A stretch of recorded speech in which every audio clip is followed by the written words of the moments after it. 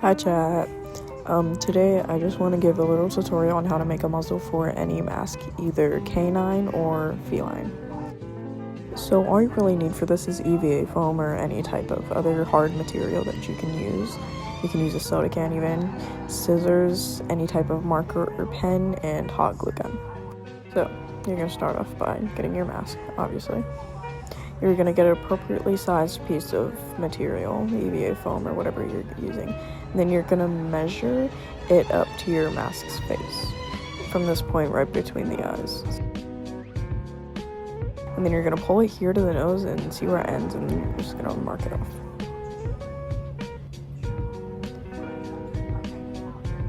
And then you're going to pull it over and mark the sides with the pen and then cut it off. Both sides.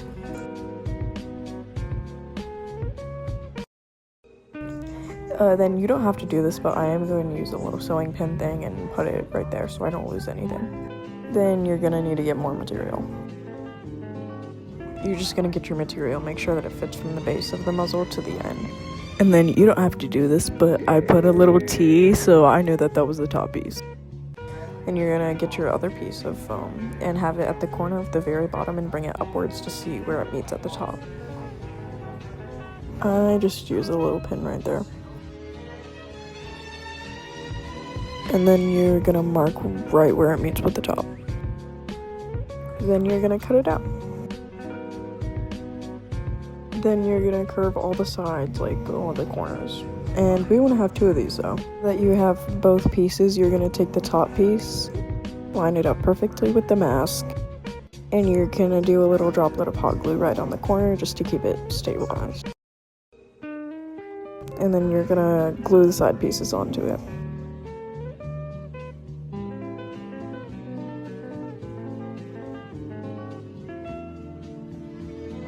Then you're just going to do that on the other side.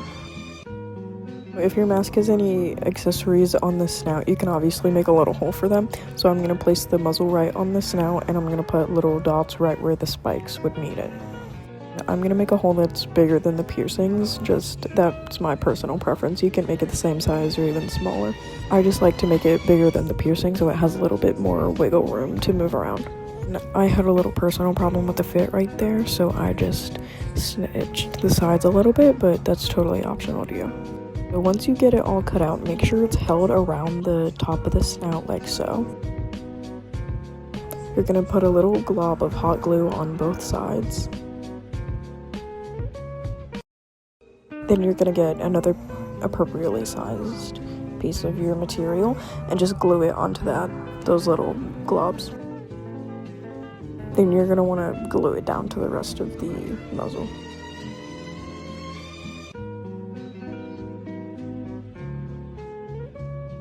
So then once the hot glue is dry, make sure it's actually dry. Mine wasn't, but it's fine. So you're going to go around it with scissors and just make the material the same shape. So now that you have the actual body of the muzzle, we can take any scrap pieces of the material that you had and start making the straps. You're going to want to cut a little triangle out at the bottom, and that's going to connect to the body. Make sure it actually fits between the ears, because mine was too thick and I had to trim it.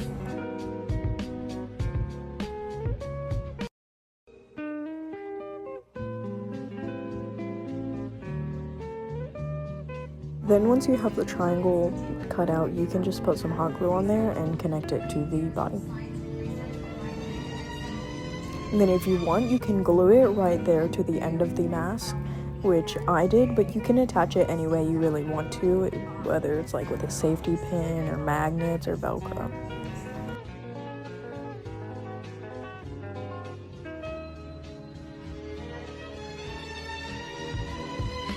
If it's not fitting against the muzzle perfectly, like I wanted it to be in that clip, you can just add a little bit more hot glue and pinch it. And make sure not to glue it directly on the mask because it can get on the mask and mess up your lining. But we're going to go ahead and make 2 more straps for the sides. You're just going to connect it to the side with the little triangle like I showed in the last clip. Obviously you can see that mine wasn't long enough, but it's alright. Hey guys, I really hope that you enjoyed this tutorial and that it really helps you well, make a muzzle like this. So thanks for watching, and I'll see you in the next one.